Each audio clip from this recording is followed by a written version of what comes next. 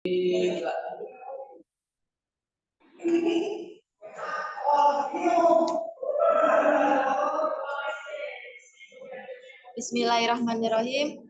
Assalamualaikum warahmatullahi wabarakatuh.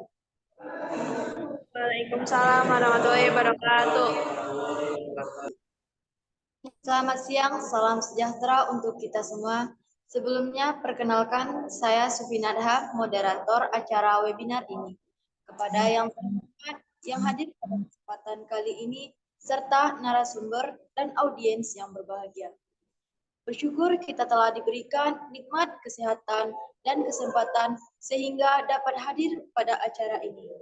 Kemudian pada hari ini kita akan melaksanakan suatu webinar yang membahas mengenai perkembangan multimedia serta manfaatnya.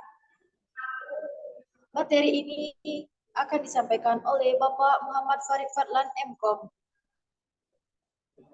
Dan saya akan membacakan susunan acaranya. Yang pertama, pembukaan oleh moderator. Yang kedua, pemaparan susunan acara. Yang ketiga, sambutan oleh narasumber dilanjutkan dengan pemaparan materi. Yang keempat, penutupan oleh moderator. Baiklah, kita lanjut ke acara selanjutnya, sambutan kepada narasumber serta pemaparan materi. Kepada Bapak, dengan segala hormat kami persilahkan. Bismillahirrahmanirrahim. Assalamualaikum warahmatullahi wabarakatuh. Waalaikumsalam.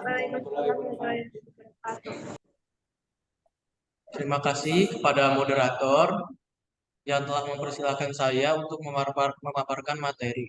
Dan terima kasih juga kepada para peserta yang hadir di acara webinar hari ini. Terima kasih.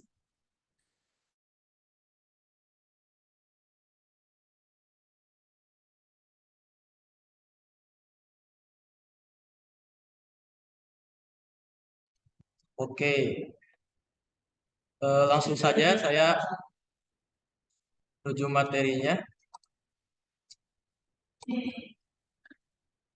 Materi yang akan dibahas di webinar hari ini adalah perkembangan multimedia serta kebermanfaatannya dalam bidang pendidikan.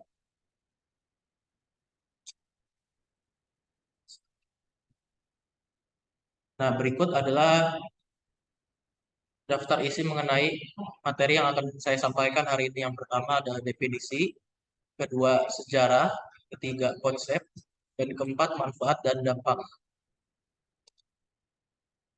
Nah, sebelum saya jelaskan definisi dari multimedia, sini ada yang tahu nggak sih apa itu multimedia? Tidak, Pak, tidak. Ya, oke, baik. Di sini saya akan langsung saya jelaskan. Jadi multimedia itu adalah gabungan dari berbagai media untuk menyampaikan informasi.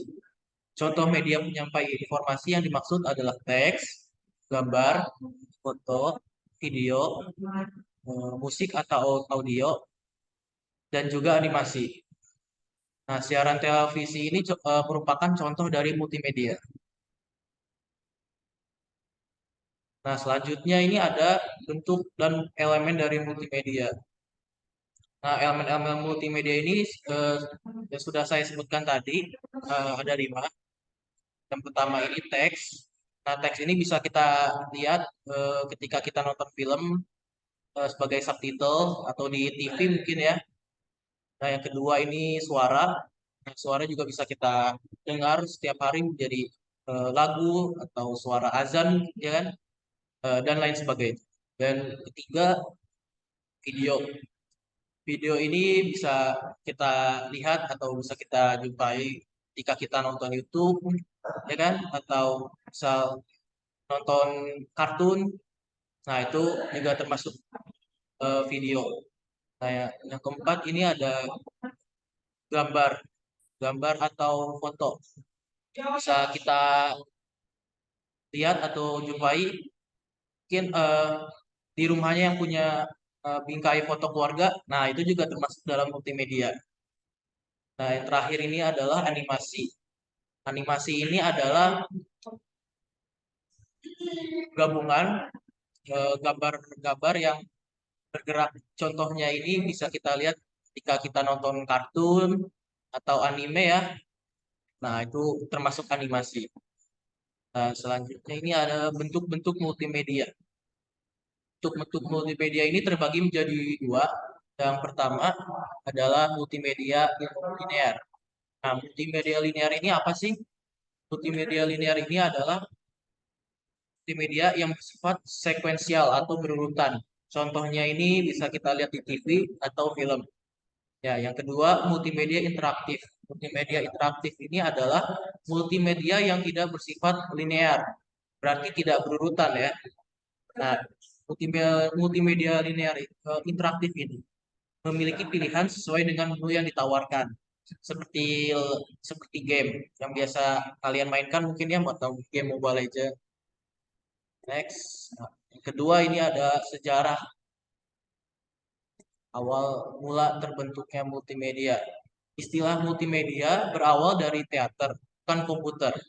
Pertunjukan yang memanfaatkan lebih dari satu media seringkali disebut pertunjukan multimedia, di mana pertunjukan multimedia mencakup monitor video, synthesize, maksud saya synthesize, band, dan karya seni manusia sebagai bagian dari pertunjukan. Sistem multimedia dimulai pada akhir 1980-an dengan diperkenalkannya HyperCard oleh Apple pada tahun 1987 dan pengumuman oleh IBM pada tahun 1989 mengenai perangkat lunak Audio Visual Connection atau AVC. Nah, yang ketiga ini konsep atau konsep dasar dari multimedia. Nah, di abad ke-20 terdapat dua alat komunikasi yang sangat berguna dalam sejarah manusia. Alat komunikasi tersebut adalah televisi dan komputer. Televisi dapat membuat orang melihat dan mendengar dalam satu waktu sehingga dapat menambah pengalaman, juga pengetahuan dan dapat membantu penampilan informasi dari konsep yang tidak dapat dilakukan dengan kata-kata. Nah, yang keempat ini manfaat dan dampak. Manfaat multimedia bidang pendidikan ini ada empat. Yang pertama, interaktif dan menarik. Kedua, mempermudah proses belajar dan mengajar. Ketiga, belajar bisa di rumah atau di mana saja. Berarti maksudnya ini adalah fleksibel ya. Dan keempat, ini program pendidikan jarak jauh. Nah, ini program pendidikan jarak jauh ini yang sekarang kita lakukan submiting ini juga termasuk adalah multimedia atau komunikasi jarak jauh. Nah, adapun dampak positif dari multimedia, terutama di bidang pendidikan ya. Yang pertama ada, yang pertama inovasi dunia pendidikan semakin berkembang. Nah, kedua muncul, muncul metode. Yang ketiga perpustakaan online atau daring. Nah, yang terakhir proses belajar mengajar menjadi lebih mudah. Nah, kalau ada dampak positif juga pasti ada dampak negatifnya ya. Nah, dampak negatifnya ini juga sama, ada empat. Yang pertama, pelanggaran hak kekayaan intelektual. Yang kedua, menjadi media untuk berbuat kejahatan. Yang ketiga, sarana untuk menyontek. Dan yang terakhir, menjadi malas akibat kemudahan teknologi. Nah, sekian materi yang saya sampaikan. Kurang lebihnya mohon maaf. Terima kasih. Wassalamualaikum warahmatullahi wabarakatuh.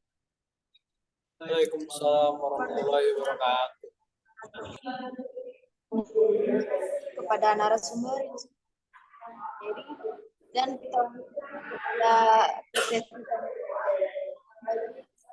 ingin bertanya, boleh pertanyaannya. Saya ingin bertanya, Pak. Sudah jelas suara saya? Dengar? Ya, jelas. Assalamualaikum warahmatullahi wabarakatuh. Waalaikumsalam warahmatullahi wabarakatuh. Perkenalkan, nama saya Abdul Sagipari. Saya ingin bertanya kepada Bapak Farid. Jadi Bapak sedikit singgung tentang bentuk-bentuk multimedia, yaitu ada multimedia linear dan multimedia interaktif. Untuk multimedia interaktif, model multimedia interaktif itu apa saja sih Pak? Itu saja pertanyaannya.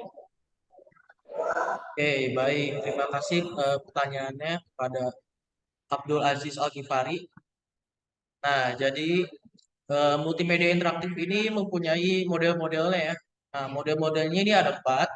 Yang pertama, model drill. Yang kedua, itu model tutorial. Yang ketiga, model simulasi. Dan yang terakhir, atau yang keempat, ini adalah model games instruction. Nah, bagaimana? Abdul Aziz, terjawab? Enggak, Pak. Sudah jelas. Terima kasih. Baik. Terima kasih kepada penanya dan penjawab. Kita telah sampai di penghujung acara. Terima kasih kepada peserta yang telah hadir dan narasumber yang telah memaparkan materi. Untuk itu kita akhiri. Wassalamualaikum warahmatullahi wabarakatuh. Waalaikumsalam warahmatullahi wabarakatuh. Mantap.